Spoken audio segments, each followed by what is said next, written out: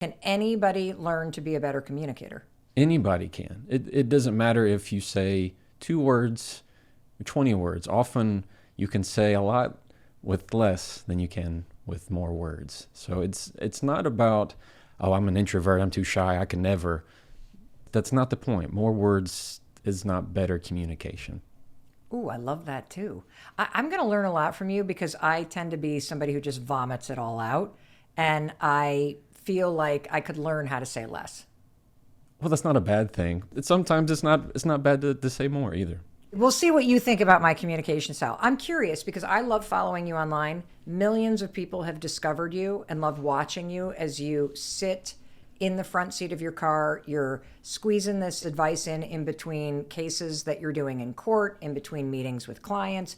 How did you get started doing this, and why do you think millions of people are following you and loving your advice? Well, thank you. I left a big defense firm, that big law, and I wasn't happy anymore. I was a partner there, and I went from having a team to just being by myself with my laptop in coffee shops. And I started thinking, well, I need to get on social media. And then that quickly turned into, I feel like I'm selling myself. You see all these billboards with personal injury attorneys. I thought, that's not who I want to be. What can I do to just be a light in the world? What's my legacy going to be? And I guide my principles on, is this something my kids would be proud of? So that really hits home for me of what kind of legacy can I leave even if I'm not here? And so I decided I was going to teach people on something that I feel I know better than anybody in my world, and that's how to communicate the lessons that I've learned. So I got my phone in my car and made my first How to Argue Like a Lawyer video. Wow. And the rest is history. And the rest is history. So it's been almost 2 years. And millions of followers online. Yeah. And why do you think people follow you? The videos are short. Uh-huh. They're very succinct. And they give them that light bulb moment of, oh, I could do that. What I talk about is very practical. What I talk about is not hypothetical. It's not based on some study. It is in the trenches. It's real conflict that we deal with, from opposing attorneys to having to argue before judges. You have your own clients that may or may not agree with you. So it's communicating at all different levels. That's very practical and relatable, and giving it to them in a way that they're like, hey, this guy's, he's an attorney, but yet he's in his car and he's talking to me like I'm a real human. It's not that hard. Well, what I love about what you're saying, and this is true, is that most of us, I believe, especially when we are either uncomfortable or we have to have a difficult conversation, we focus on this idea that you have to win. And a lot of people see lawyers and they think, oh, it's all about arguing and winning. And you forget the fact that no, you actually have to navigate judges and juries and court officers and clerks and other attorneys that you're going to see. And the ability to have people listen is just as important. What do you think most of us get wrong about how we communicate? That arguments are something to win, not something to unravel. I teach that arguments are knots in the conversation. And what gets worse is when you pull your way and I pull my way, versus looking at it and saying, help me with the knot. How can we unravel this? How can we smooth it out? Never win an argument. If somebody's telling you or teaching you, or you read some book on how to win every argument, they're just selling you something. Okay, then let me give you an example. You ready? I'm ready. Last night we go out to dinner. It is my mother-in-law's 87th birthday. Happy birthday. Yes, happy birthday to Judy. And so we're out with the family, and I, of course, have a conversation that happened at the table. I said something that I immediately wanted to take back. My husband and I are now leaving. We've all been there, right? You have stuck foot in mouth. Your partner is now angry with you.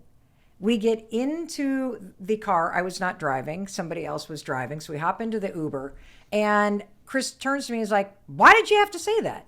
Yeah. And so can you explain in this situation that I think we can all relate to, where now you are about to have an argument with somebody and you are describing that arguments are like a knot. So what do I do in this situation where I'm about to go into full-on defend me mode? How do I get out of this mess? Yeah. Well, sometimes it just takes a big shovel, but anytime there's miscommunication, it is because what is sent is not what is received. So what you thought you said is not what they heard. And often you're just on different frequencies. If I were to turn my radio to 90s country, Yes. which I love, and you turned it on, I don't know, let's say 2000s R&B, Okay. you'd be going, this sounds great. I'm like, no, this sounds great. And we're still rocking to our own sounds, and we're not on the same channel. And so when you're in that back seat and you're talking with Chris and he's going, why'd you say that? The question is, what did you hear? Oh. And so it's that understanding of, well, what did you hear when I said that? Because I know what I meant. Well, what did you hear? And so it's this pushing of when it's only going how you say it in your head, nobody else is hearing that. What did you hear? Right. That's amazing. Because the second he said, why did you say that? I felt attacked. Of course. And as I sit here in the like bright daylight, right, and I've got distance from it, I don't actually think I put my foot in my mouth. I know what my intention was. You know. Yes. Yeah. And so the next time you're in an argument with somebody and that knot starts to build and you can feel yourself yanking on it because you go into a mode of defending yourself. If somebody says to you, why did you say that? Or they attack you on something, your response is, what did you hear? Exactly. Wow. Well, and to your defense, to ask somebody why you said that, that why word puts everybody on the defense because it sounds like you're attacking, you're undermining their credibility. Okay, so let's reverse the roles here. Let's say my husband Chris says something really stupid or like, that I'm like, why would he say something like that? If I'm now the one and in the car with him and he has said something at a party or like around family that I just wanted to reach out and choke him, obviously I wouldn't, but what would you say instead of why would you say that? I would use the word what instead of starting with why, Okay. which puts you on the defensive. Because when you say why, well, the first thing you want to say is because I said so. That's why. Right. That autonomy that you feel. But instead, it's the what. What was going through your head when that happened, or what made you say this? It's that curiosity of I'm just curious of how you got there, instead of the pushing the why. Why'd you do this? Why'd you do it that way? I love that. Because you're right. One is judgment and the other is curiosity. Right. One is poking and the other is leaning in. It's the whole student versus teacher mentality. Instead of feeling like you're having to push, you're having something to learn about it. No wonder so many people follow you. What is the secret to getting better to talking to people? It's not really a secret as much it is a process of wanting to express yourself in a way of saying what you mean more. Because often you want to say the thing, but you're hesitant about it. You're not sure exactly how you want to put it across. So you feel like you need to kind of dance around it. Okay. And often you just need to jump right in.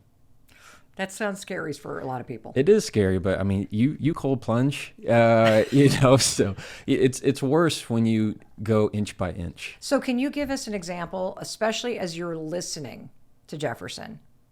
If you have a conversation or there's something that you wish you could communicate more effectively, how do you do it? Let's put it in terms of a difficult conversation for them. So whoever's listening, I want you to imagine you are about to walk into somebody's office and there's going to be that hard conversation in the room.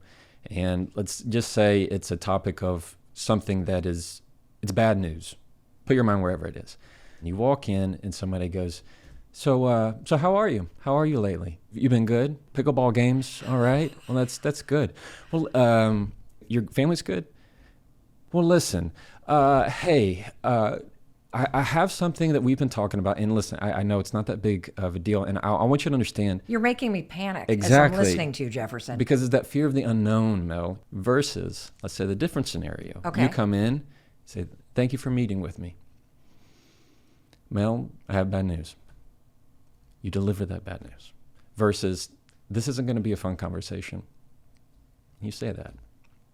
This isn't going to be fun for us to talk about. This isn't my favorite conversation to have. You prepare them for it. often you're afraid to disappoint people.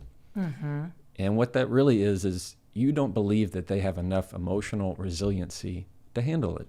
So you need to baby them, to tiptoe into the water instead of dipping right in. People will admire you more. They will see you as somebody with more respect and more confidence every time when you say what you want to say fully. Wow. What you say is who you are. The power to communicate is that you compress your entire personality into just what they hear you say.